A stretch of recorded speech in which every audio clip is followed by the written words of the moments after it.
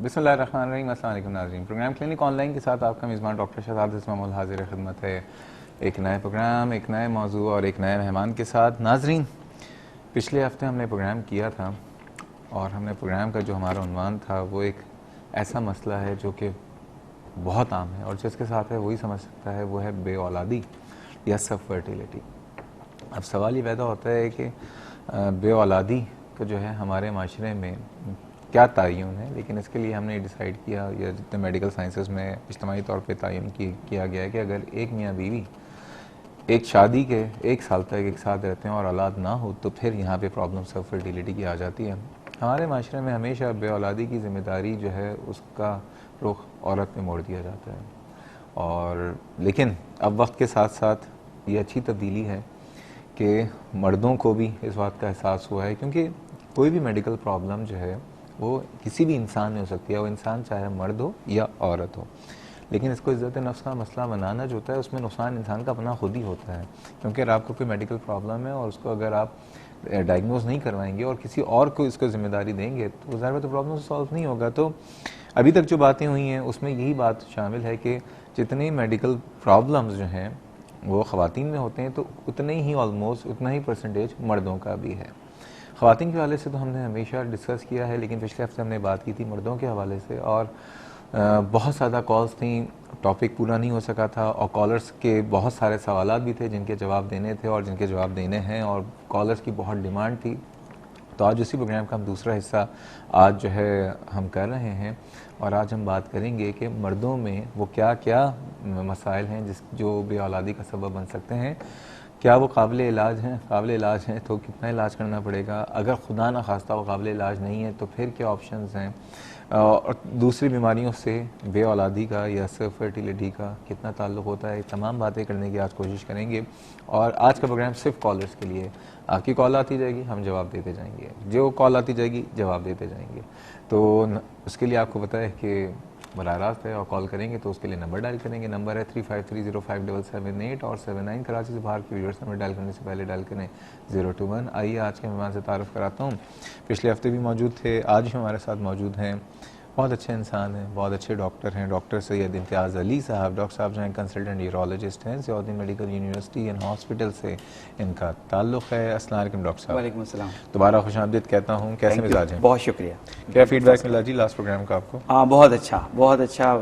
आपकी प्रोग्राम की व्यूअरशिप इस तरह की है कि बहुत ज़्यादा मुझे डायरेक्ट कॉल्स भी आई और सर ये बताइए उन तमाम व्यूअर्स के लिए जो आज पहली दफ़ा ज्वाइन कर रहे हैं कि अगर हम बात करते हैं बे औलादी की या औलाद ना होने की, तो मर्दों में वो क्या आम या कॉमन प्रॉब्लम्स हैं जिस बे औलादी का सबब बनते हैं? हमने सबसे पहले ये बात की थी पिछले प्रोग्राम में भी कि मेल इनफर्टिलिटी तकरीबन 40% रिस्पॉन्सिबल होती है और 40% जो है वो ख़वातीन, और कुछ केसेस ऐसे हैं जिसमें दोनों रिस्पॉन्सिबल होते हैं या इडियोपैथिक, दोनों ठीक ठाक होते हैं मगर कोई अनएक्सप्लेन्ड कॉजेज होती हैं जिसकी वजह से इनफर्टिलिटी। अच्छा, एक बात मैं पूछूँ, आप सवाल का जवाब दीजिएगा, ये दिमाग में अचानक बात है, बहुत से लोगों ने पूछा भी है। कहा जाता है औलाद पे बंदिश करवा दी जाती है, यानी कोई सुपर नेचुरल। ये बताइए, ये आपको लगा ऐसा कभी जिंदगी में कि यार कोई बंदिश हुई है यहाँ पे? कुछ अनएक्सप्लेन्ड किस्म की वो कहते हैं लोग आके, कपल्स कहते हैं कि जी हमें खून नज़र आता है दीवारों पे, कुछ तावीज़ दबे हुए मिले हैं, इस तरह की चीज़ें कभी कभार जो है वो सुनने में मिलती ज़रूर हैं और लोग इसको एट्रीब्यूट करते हैं कि जी कोई बंदिश है। मेडिकल साइंस इस चीज़ को तो नहीं तस्लीम करती, मगर नेचुरली ये स्ट्रेस का बाइस बन सकती है। ऐसा कुछ हुआ है कि कोई किसी कपल को लगता हो कि उसके लिए बंदिश की गई हो, बाद में आपने इलाज किया और औलाद हो गई? अक्सर ऐसा होता है ना? अक्सर ऐसा। यानी problem is the medical, mostly medical, और ये जो बंदिशें हैं ये सिर्फ स्ट्रेस कॉज कर सकती हैं। ठीक है। एनीवेज, मर्दों की प्रॉब्लम्स कॉमन कौन कौन? मर्दों की जो कॉमनेस्ट प्रॉब्लम्स हैं वो गोनेडोटॉक्सिन्स या टेस्टिकुलर टॉक्सिन्स हैं। बहुत सारी ऐसी वजूहात हैं जो पेस्टिसाइड्स हैं, स्मोकिंग है, गुटखा लोग इस्तेमाल करते हैं, तंबाकू इस्तेमाल करते हैं। ये ऐसे कॉजेज़ हैं जो टेस्टिस की स्पर्मेटोजेनेसिस को इम्पेयर करते हैं। कुछ ऐसी दवाइयाँ हैं, ये एक सेकंड की, हाँ चलें पहले आप दवाइयाँ बता दें।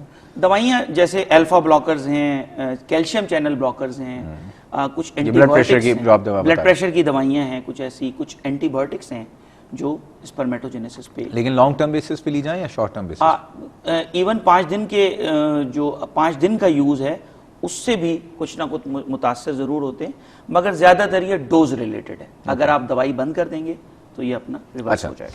ये बताइए, आपने जो स्मोकिंग, गुटखा, टोबैको हमारे यहाँ आपको पता है कि धड़ल्ले से करते हैं, ढिठाई से करते हैं और करते रहते हैं, और ना सिर्फ खुद करते हैं बल्कि अपने धुएं से दूसरे लोगों को भी मुतासर कर रहे हैं। और दूसरी बात, अब आप देखें शीशा कल्चर जो है जी सर, वो इतना बढ़ चुका है। मैं आपको बताऊं, अभी कुछ दिन पहले बोर्ड बेसन कराची में एक इलाका है और सुबह वहाँ पे स्टूडेंट्स जमा थे सारे, किसी यूनिवर्सिटी कॉलेज के होंगे या स्कूल के होंगे, और वो लड़कियां और लड़के, बच्चे थे, यकीन करें देख के बच्चे ही लग रहे थे, सब धड़ल्ले से पी रहे हैं शीशा और धुआं भी एक दूसरे पे फेंक रहे हैं। ये बताइए, ये उनमें से वो कितने लड़के हैं जो आगे जाके खुदा ना खास्ता इनको प्रॉब्लम हो सकती है?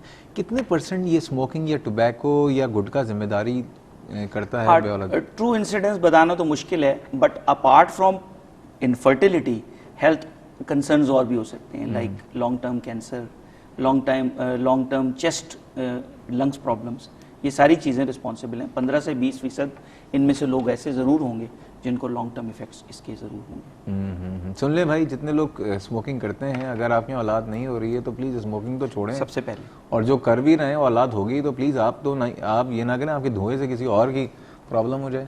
जी डॉक्टर साहब, और क्या क्या प्रॉब्लम है? इसके अलावा सर्जिकल कॉजेज हैं, जैसे कोई groin surgery, inguinal hernia surgery अगर बचपन में या किसी भी एज में हुई है, वो बारीक बारीक नसें जो स्पर्म ट्रांसपोर्ट कर रही हैं इनटू द यूरिथ्रा, वो दब सकती हैं उससे। अच्छा। क्रिप्टोऑर्काइडिज्म एक बीमारी है जो बच्चों में होती है और बड़ों में भी प्रेजेंट कर सकती है।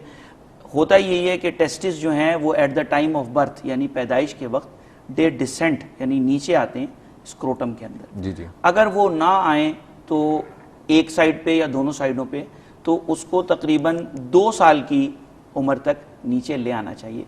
6 साल कट ऑफ टाइम है। 6 साल के बाद इरिवर्सिबल चेंजेस टेस्टिस में आना शुरू हो जाती हैं और स्पर्मेटो, क्योंकि गर्मी की वजह से कहा यह जाता है कि टेस्टिस के लिए जो सबसे जहर कातिल है वो हीट है। चाहे वो टाइट जीन्स, स्वानास, जकूजीज या स्टीम बाथ की सूरत में हो, या चाहे प्रोलॉन्ग मोटर बाइक राइड्स की सूरत में हो, या टाइट अंडरवेयर्स की फॉर्म में हो, हीट जो है वो टॉक्सिक है। इसीलिए अल्लाह ताला ने जिस्म से थोड़ा सा बाहर रखा है कि 2-3 डिग्री टेम्परेचर जो है कूलर होगा। डॉक्टर साहब, कॉल्स बहुत देर से मौजूद हैं, शामिल करते हैं। अस्सलाम वालेकुम, कौन है हमारे साथ कॉल पे? अस्सलाम, मैं लाहौर से शुमाइदा बोल रही हूँ। डॉक्टर साहब, एक्सक्यूज मी, जरा मेरा क्वेश्चन टॉपिक से हटकर है। जी जी, कहिए। मेरा डॉक्टर साहब, मेरा प्रॉब्लम है डिप्रेशन। मैं डिप्रेशन की पेशेंट हूँ, लेकिन इसमें मेरी ना वो दिल की धड़कन बहुत तेज होती है, तरह तरह के खौफ आते हैं, लेकिन कहीं अकेली नहीं जा सकती। आज जाऊँ तो साथ कोई फैमिली मेंबर का साथ होना जरूरी है। ओके। तो इसके लिए डॉक्टर साहब मुझे प्लीज जरा मेरी हेल्प करें, मैं क्या खाऊं या क्या। कितने अरसे से ये प्रॉब्लम है आपको शुमाइला साहबा, कितने अरसे से है? ये मुझे 3 साल से ज्यादा है, पहले भी था लेकिन 3 साल से बढ़ गया है। आपकी उम्र कितनी है? इसके लिए मेरा डिप्रेशन बिल्कुल नहीं है, नींद भी बहुत कम है, तो इसके लिए मैं मतलब कुछ भी करने से डरती हूँ कि हाय मेरे साथ दिल की धड़कन तेज बहुत होती है। अच्छा, आपकी उम्र कितनी है शुमाइला? जी, आपकी उम्र कितनी है? 29। मैरिड हैं आप? जी, 2 बेटियां हैं। अच्छा, वैसे जो आप बता रही हैं ये कुछ phobia and depression mix picture है कि आपको फोबिया है, आप बाहर जाती हैं। इसके लिए मैं आप बहुत शुक्रिया आपकी कॉल का। मैं सिर्फ आपको ये मशवरा दूंगा कि मैं एक प्रोग्राम रख लूँगा, क्योंकि ज़ाहिर बात है डॉक्टर साहब यूरोलॉजिस्ट हैं और ये साइकेट्री के डोमेन में आता है। लेकिन लाइक ये कि अगर आपको मशवरा ही दूंगा कि इसी साइकेट्री से रुजू करें, क्योंकि ये ज़ाहिर बात है इसके लिए अच्छी दवाइयाँ आ चुकी हैं जो कि आपको इस प्रॉब्लम से बाहर निकाल सकती हैं। नाज़रीन, बात हो रही है आज हमारी इनफर्टिलिटी, सब फर्टिलिटी के वाले से, मर्दों में जो प्रॉब्लम है, अगर इससे रिलेटेड होगी कॉल तो ज़्यादा अच्छा होगा। लेकिन जा रहे हैं छोटे से ब्रेक में, हमारे साथ रहिएगा।